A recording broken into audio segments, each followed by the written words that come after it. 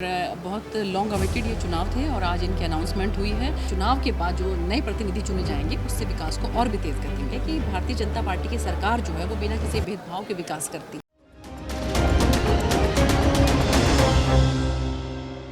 नमस्कार, स्वागत है आपका भारत आज पर। आज हम पीडब्ल्यूडी रेस्ट हाउस पंचकुला में थे। यहाँ पर चुनाव आयुक्त धनपत जी ने अनाउंस किया है हरियाणा के पंचायती चुनाव, लेकिन इसी दौरान हम सिरसा के जो सांसद हैं सुनीता दुग्गल जी हमारे साथ हैं, उनसे बात करेंगे। मैडम, आज अनाउंस हुए हैं पंचायती चुनाव, 1.5-2 साल लंबा इंतजार के बाद आज अनाउंस हुए, क्या कहना चाहिए?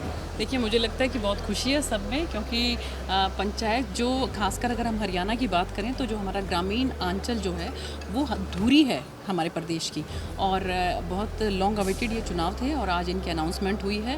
2 चरणों में चुनाव होंगे। तो पहले चरण के लिए जो अनाउंसमेंट हुई है उसके अंदर जो है जो हमारे इस साइड के जो मैं कहूँ कि नूह साइड में, वाद साइड में, और आपका ये फरीदाबाद इस साइड में, जींद पानीपत इस साइड के जो है आज अनाउंस हुए हैं। जो दूसरे चरण के अंदर जो है वो हमारा जो सिरसा फतेहाबाद, जहाँ से मैं सांसद हूँ, उस साइड के जो है हिसार इस तरफ के जो हैं वो अनाउंस होंगे। तो मुझे बहुत खुशी है और मैं सबको जो भी कैंडिडेट इसके अंदर कमर कस के तैयार हो रहे हैं उन सबको मेरी तरफ से बहुत बहुत शुभकामनाएं।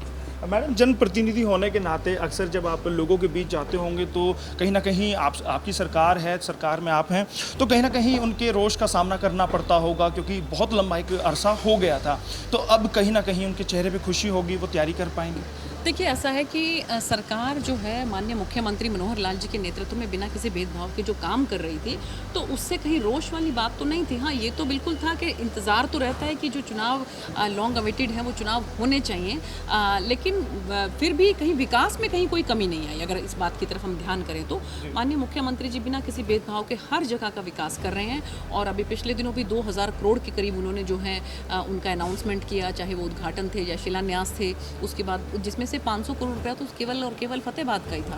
तो और उसके थोड़े दिनों के बाद ही फिर वो सिरसा में फिर से आए और वहाँ पर उन्होंने जो झींगा मछली जो है उसके पालन का उसका उन्होंने जो है अवलोकन किया। तो मुझे लगता है कि ये बात जो है लोगों के मन में घर कर गई है कि भारतीय जनता पार्टी की सरकार जो है वो बिना किसी भेदभाव के विकास करती है। भेदभाव सरकार ने नहीं किया है, लेकिन जहाँ से आप सांसद हैं, सिरसा से आप सांसद हैं, अब लोगों के बीच जाएंगे। पहले चरण में सिरसा का नाम नहीं आया तो जाहिर तौर पर लोग इंतजार कर रहे थे, तो हो सकता है कि उसके लिए भी शिकायत करें आपसे? नहीं, देखिए, ऐसा है कि ये तो एक जो है पद्धति के तहत जो है उसको कि ताकि किसी भी तरह का शासन प्रशासन के ऊपर कोई दबाव ना पड़े, कोई प्रेशर ना हो, बिल्कुल स्मूथ तरीके से सुचारू रूप से जो है वो पहले चरण के हो जाएं।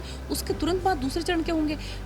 वो रोष तब तो है कि जब ये लगे कि वहाँ के इलेक्शन तो करवा दिए और हमारे वाले छोड़ दिए, हमारे इलाके के आप लोग करवा ही नहीं रहे हैं चुनाव, तब तो रोष की बात है। लेकिन ये वहाँ के तुरंत बाद जैसे है, क्योंकि जो रिजल्ट जो है, रिजल्ट तो सबका इकट्ठा ही निकलने वाला है। जी। एमपी साहिबा, आपने कहा कि विकास नहीं रुकने दिया सरकार ने, 1.5-2 साल लंबा अरसा हुआ लेकिन विकास नहीं रुका है। तो क्या अब जब नई गाँव की पंचायतें चुन ली जाएंगी, नुमाइंदे चुन लिए जाएंगे, तो क्या विकास को गति मिलेगी? और गति मिलेगी, इसमें कहीं कोई दो राय नहीं, क्योंकि जो प्रतिनिधि है उसको और भी ज़्यादा इस बात का जो है वो जानकारी रहती है कि हमारे गांव में क्या क्या विकास के कार्यों की और ज़्यादा ज़रूरत है। तो मुझे लगता है कि ये चुनाव के बाद जो नए प्रतिनिधि चुने जाएंगे उससे विकास को और भी तेज़ गति मिलेगी। एक सांसद के तौर पर क्या आपकी भागीदारी इन पंचायती चुनाव में, जिला परिषद चुनाव में रहने वाली है? बिल्कुल, सांसद के तौर पर भी रहने वाली है और पार्टी के राष्ट्रीय कार्यकारिणी सदस्य के तौर पर भी और उपाध्यक्ष के तौर पर भी रहने वाली है। इसमें कहीं कोई दो राय नहीं। हम भारतीय जनता पार्टी के कार्यकर्ता हैं और बिल्कुल हमारी इसके अंदर जो है वो भागीदारी रहने वाली है। चाहेंगे कि सिंबल पर चुनाव लड़े भाजपा? देखिए, ये निर्णय जो है हमारा नेतृत्व लेता है और मुझे लगता है कि शायद उन्होंने ले भी लिया है। तो वो लोग, ये हमारे माननीय प्रदेश अध्यक्ष ओम प्रकाश धनखड़ जी और कल हमारे जो प्रभारी हैं विप्लव कुमार देव जी, वो भी यहाँ पर आए थे और उन्होंने सभी कार्यकर्ताओं की मीटिंग ली। और उसके बाद माननीय मुख्यमंत्री जी, ये सब लोग मिलकर इस बात का निर्णय लेंगे कि चुनाव जो है वो सिंबल पर लड़े या बिना सिंबल के लड़े। एक वोटर के तौर पर, एक आम कार्यकर्ता के तौर पर क्या चाहेंगे भाजपा सिंबल पर चुनाव लड़े? देखिए, ऐसा है कि मैंने फिर आपको बताया कि हमारी पार्टी जो है वो कैडर बेस पार्टी है।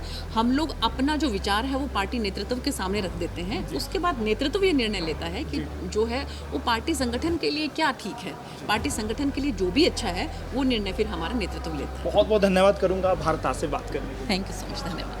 सुनीता दुग्गल जी थे, बेबाकी से अपनी बात रखी है, हमेशा चिरपरिचित अंदाज में ही वो बात करते हैं, इसीलिए वो जाने जाते हैं। और पंचायती चुनाव को लेकर काफ़ी उत्साह है, लोगों में भी उत्साह है। अब देखना होगा किसकी दिवाली बनती है और किसका दिवाला निकलता है, ये भी देखने वाली बात रहेगी। भारत आज से जुड़े रहिएगा, क्योंकि हम आपको दिखाने वाले हैं, चाहे आदमपुर उपचुनाव हो, चाहे फिर पंचायती चुनाव हो, वो भी हम दिखाएंगे। विलंब हुआ है लेकिन अब नहीं होगा। बने रहिए भारत आज के साथ। यशपाल कंचन।